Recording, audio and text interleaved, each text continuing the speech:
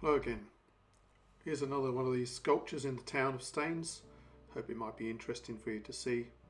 It's called the Two Sprites.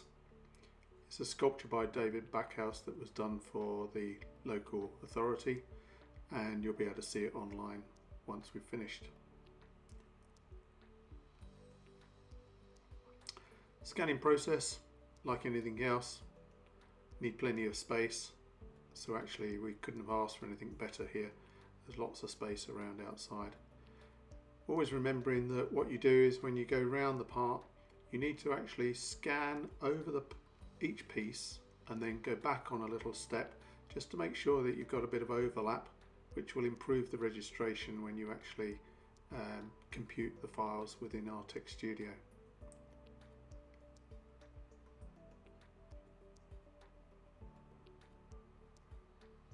So this got most of around the base and up to the arms and a bit of the body on the back there.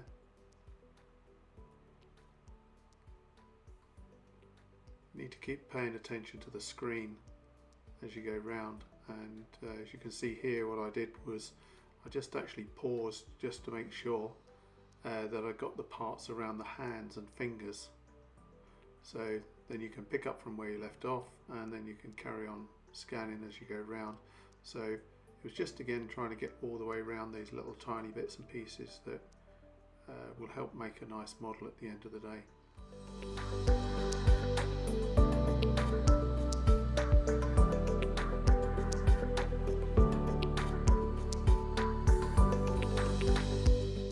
Just need to move around to the other side, and then you can work your way up around the model.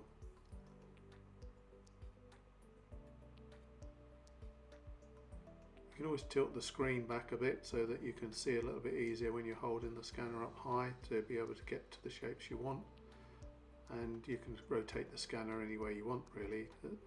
It will keep itself in line.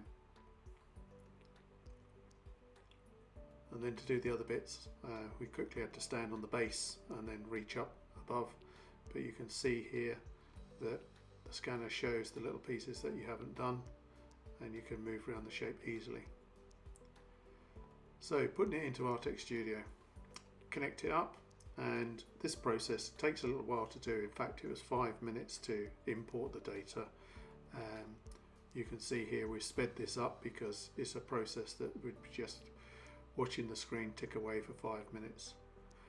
The next part was to look at the scan and see what we thought. It looks all nicely in line.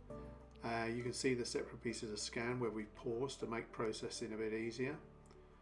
And then you run the Autopilot. So this is a really good example of using Autopilot. Autopilot does run fairly quickly, but this has been sped up.